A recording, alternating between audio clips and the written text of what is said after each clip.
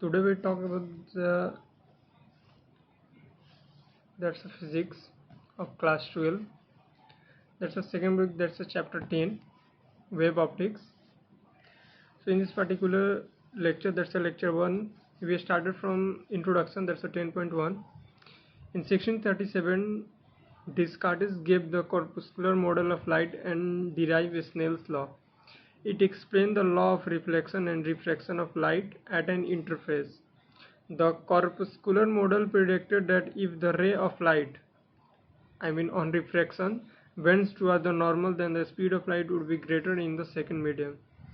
The corpuscular model of light was further developed by Isaac Newton in the famous book entitled Optics, and because of the tremendous popularity of this book, the corpuscular model is very often attributed to Newton. In 1678, the Dutch physicist Christian Huygens put forward the wave theory of light. It is the wave model of light that we will discuss in this chapter.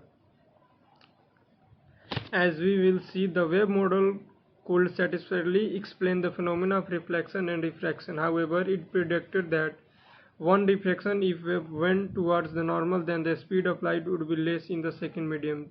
This is contradiction to the prediction made by using the corpuscular model of light. It was much later confirmed by experiment, where it was shown the speed of light in water is less than the speed in air, confirming the prediction of the wave model. Foucault carried about experiment in 1850. The wave theory was not readily accepted primarily because of Newton's authority and also because light could travel through vacuum.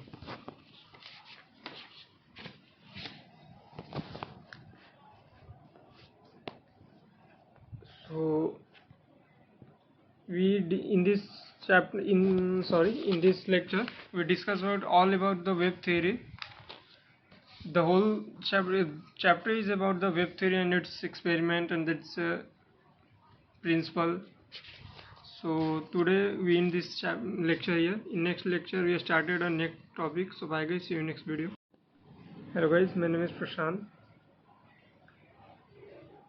Today we talk about the chapter that's a wave optics. That's a chapter 10. That's a physics of class 12. In previous lecture we talk about refraction by a plane wave, but in this lecture we cover refraction at a rare medium. That's a lecture 4.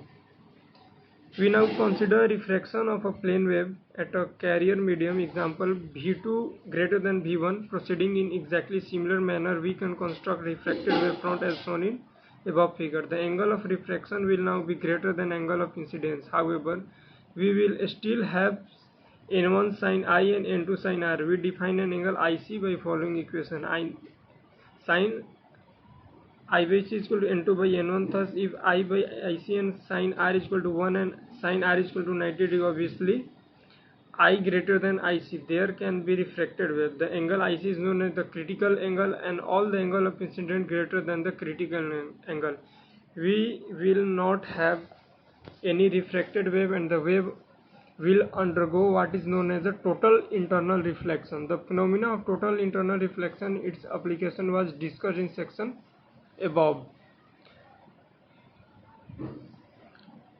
That's a medium 1, medium 2 and V1 by V2. V2 greater than V1, and the refracted wavefront V1 into pi, and that's a C, angle between 90 degree at a B, and the refracted angle is small r, and incident angle is that's a small I.